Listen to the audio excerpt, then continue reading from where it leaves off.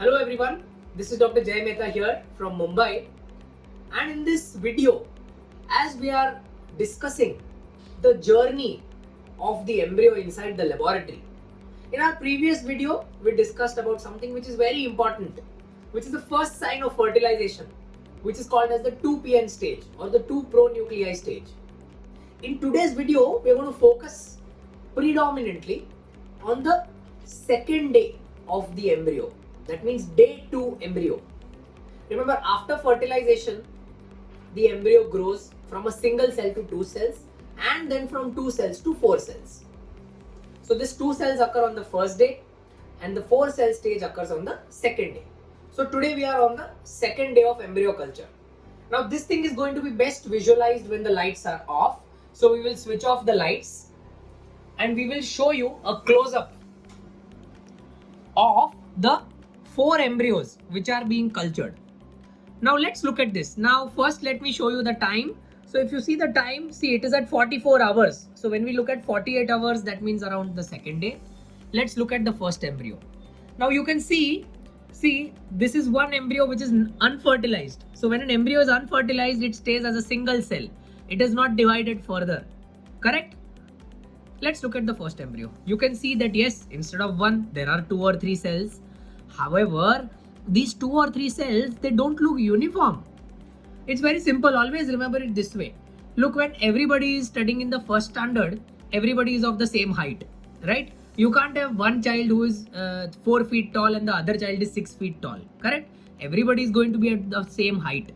Similarly, when the embryo is growing, we want these cells, these are all the cells. All the cells to appear to be uniform. Something like this. See this? If I magnify this embryo, you can see that number 1, number 2, number 3 and number 4. It has 4 cells. It has undergone a beautiful division into a 4 cell stage embryo, and all the 4 cells, which we also call as blastomeres, they are all looking very good. They are all looking uniform. I can make out even as an observer that this is a good embryo, isn't it? Whenever there is uniformity, whenever there is absence of impurity, by impurity I mean to say fragmentation, that means that this is a very good embryo. Does this mean that this embryo is going to implant and have a success rate? No. It just means that it is a very good embryo. This is something called as morphological grading. That means I'm looking at the embryo and I'm trying to estimate that okay, this embryo has crossed all the time images correctly, so probably it is a good embryo. Now this is the same patient's embryo, but here you can see 3 cells. Instead of the normal 4 cells, this is number 1, this is number 2 and this is number 3. Where is the 4th one gone? Is this embryo slow? Has this embryo stopped growing?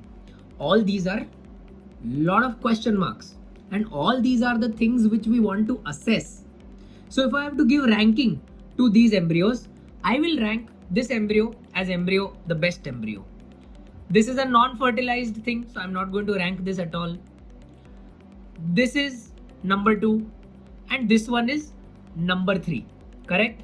But all these are number 1, number 2 and number 3 at 44 hours, correct? At 44 hours, that is the day 2 stage. Now typically we are culturing embryos till the stage of blastocyst. So whenever we are culturing the embryos till the stage of blastocyst, these are embryos which are going to have more than 100 cells. We are studying these embryos based on these timelines, so that we can tell a particular patient that look, you gave me 4 eggs. Out of 4 eggs, 1 egg did not fertilize only. Out of the remaining 3, I found that embryo number 4 was very good. So the patient will ask, what happened to embryo number 3 and embryo number 1? The answer is, they did fertilize, they did grow, but they were not growing as far as my satisfaction is concerned. And because of that, I'm going to put embryo number 4, the first one, inside your uterus, so that I can give you an approximately 30 to 35% chance of becoming pregnant. Does this guarantee a success rate? I repeat, this doesn't guarantee a success rate.